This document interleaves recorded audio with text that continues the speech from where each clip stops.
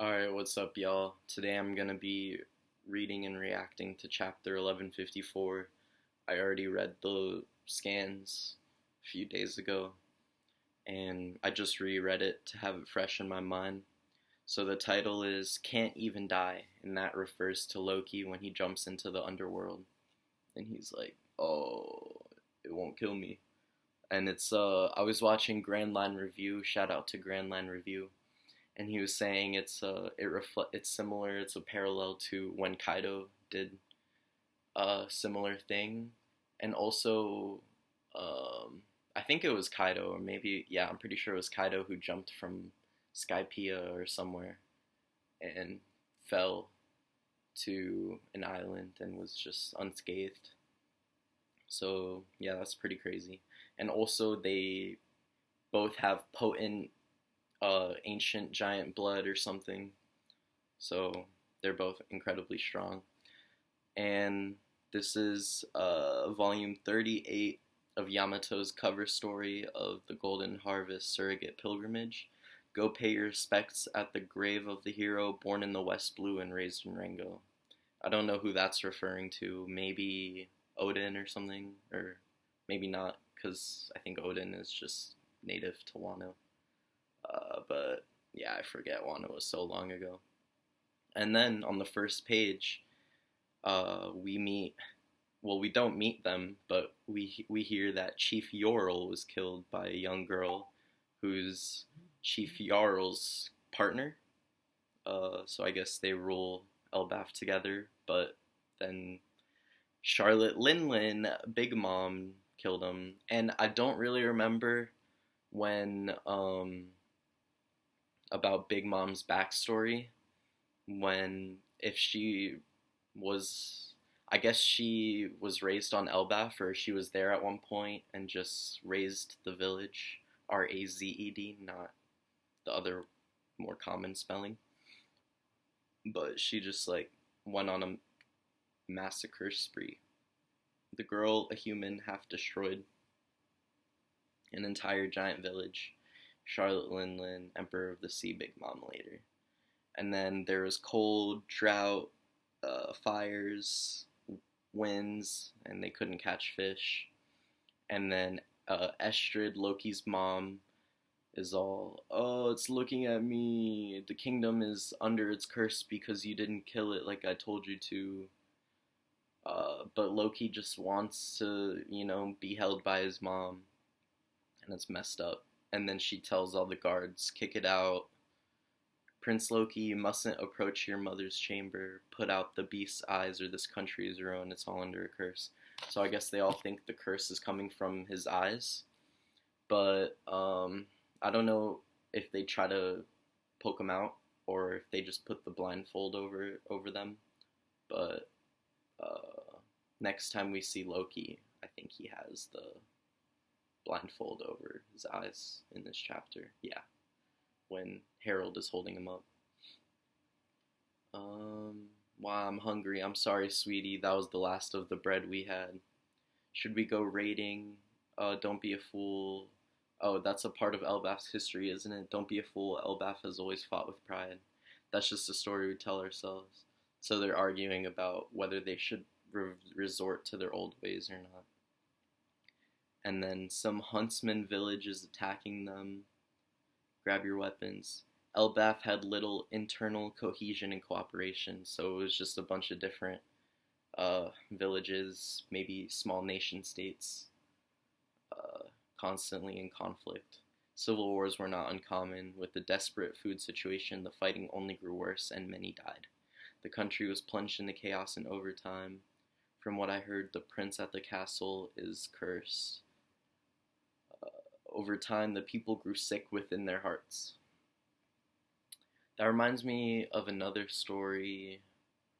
I can't place it right now, but maybe it's just Elbaf I'm thinking of, but maybe it was a few chapters ago where someone said, oh, the people have a sickness in their hearts, or maybe I'm thinking of just another story or something. Hey, Hajrudin, your brother has a curse on this land. You're his brother, so you must be a sacrifice. What kind of reasoning is that? Your brother's the cause of the curse, so you must die. What? He's innocent. Huh? Why? My son's the sweetest, cutest boy in the world. That means he's gotta live to be the oldest boy in the world. His mom, Ida. Shut up, Ida. You had no right to seduce Harold like that, outsider. You shut up. Love has no borders. Don't touch my mom. And then Harold comes out of the woodwork and smashes him, and he says, "Don't make me pound you," after already pounding him. So that's pretty funny. Why do you turn on one another, my brethren? I heard about Loki and the famine, the starvation the country was facing, and then he gets all the countries he went to and uh, made relationships with to give them food, and this is all their ships. So that's pretty dope. It's good to have good relationships with other people and not just be hateful and vitriolic all the time. Even if people don't like agree with you or they don't like you, you should still do your best to try to like them and open up a path for future relationships with them, because you never know when you can help each other out in a pinch. The world we've lived in is so much smaller than the real thing. Even though they're the biggest country in the world, or island, whatever. Before Harold came back, Queen Estrid passed away. She spitefully blamed the kingdom's ills on Loki. Naturally, the people believed the curse was responsible for her death, but no, she was just that hateful. I'm pretty sure there's probably maybe other characters in One Piece who were just, they hated so much, they had so much hate in their heart that they just died from stress and worry and hate, because it's not a good way to live, holding grudges. He was born with an affliction of the eyes, I'm afraid, though he can see, I assure you. The poor lad. Can you smile? I suppose not, after losing your mother. At just a few months old, Loki abandoned any hope for love. That's just sad. He's got a lot of bruises. Well, so they were abusing him and trying to kill him, even though he's just a baby. And maybe Harold knows, but he just doesn't want to, deal with them. Loki's fine. Meanwhile, Harold's diplomatic ties paid off. Elbaf survived its long winter. Branch Route 1, it will promote friendship and trade between villages. So he's trying to get everyone on board and be friends with each other. And then Estrid's older brother, the regent, was taking care of Loki. And he says, "Horrid thing." And then Hajrudin is telling his mom, "It's dangerous down here, the sea beasts." And she says, "No, they can't reach us here, but it's sweet of you to worry about me.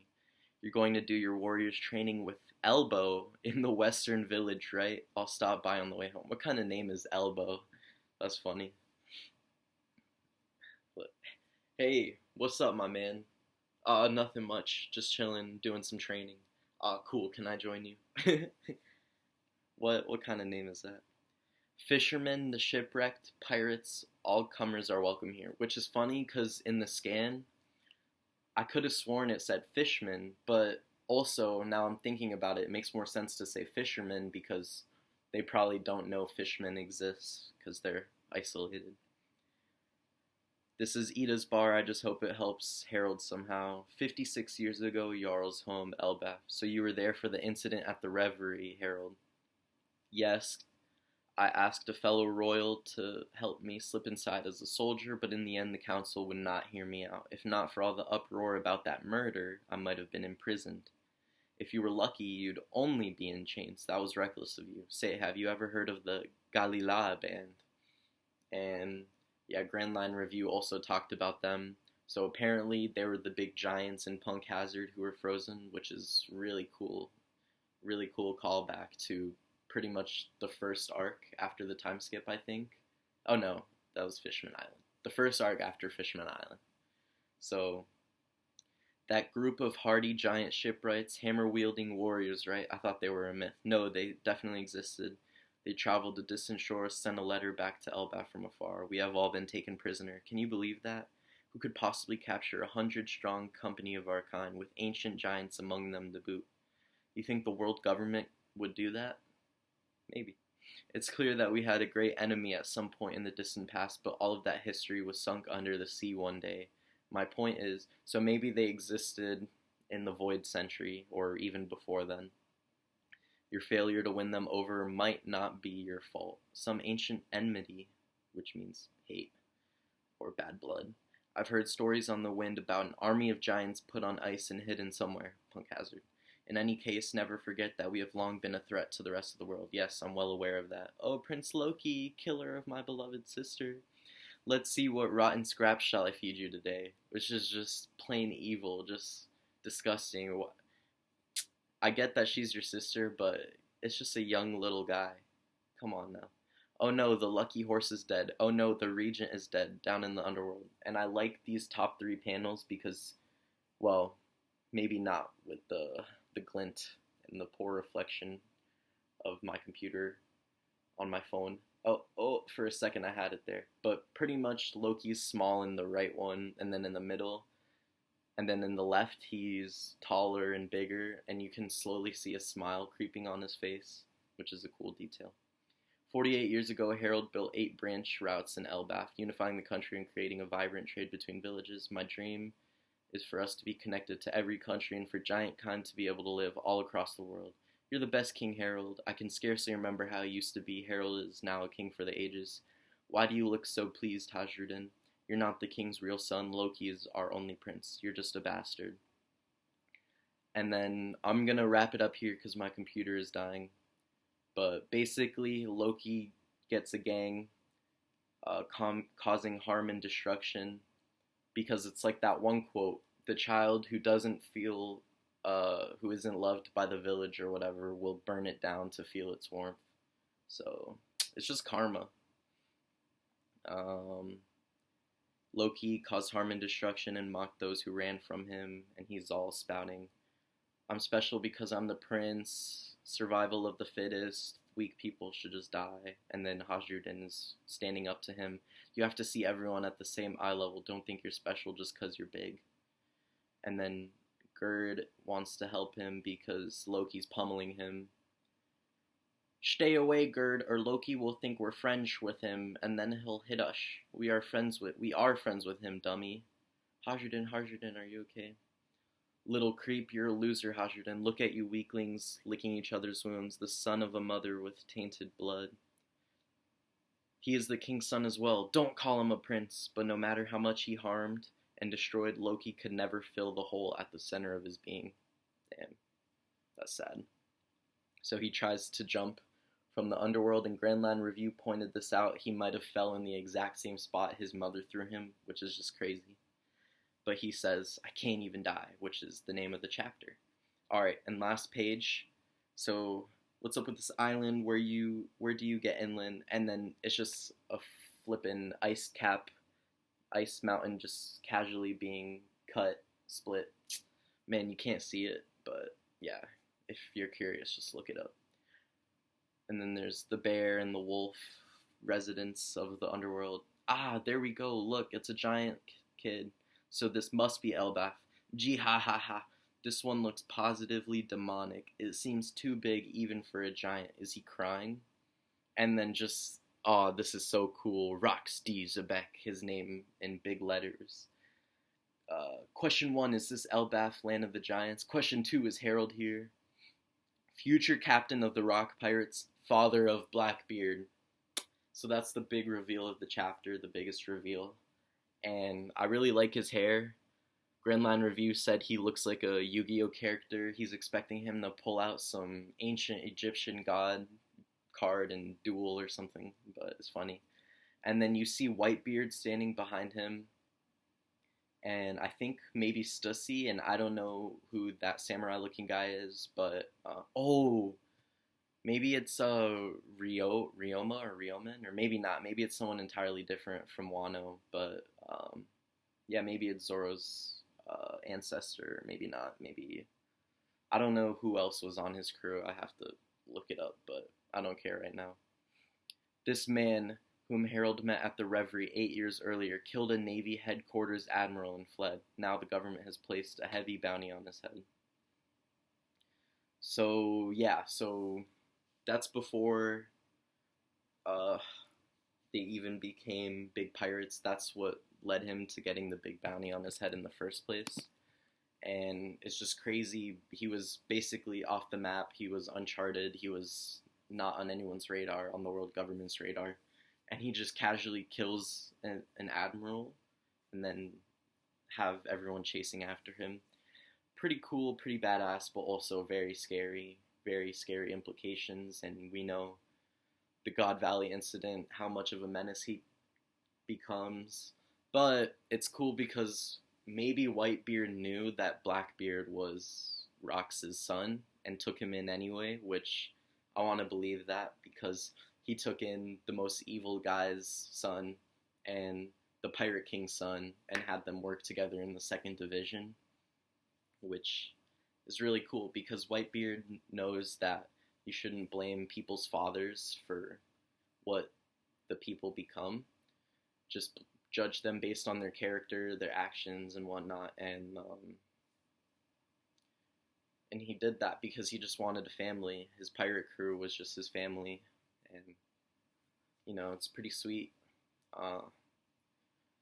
What else? Yeah, that's basically my chapter review. I'm gonna go now, say ciao, because my computer is about to die. Thank you for watching if you made it this far. That was chapter 1154, I Can't Die.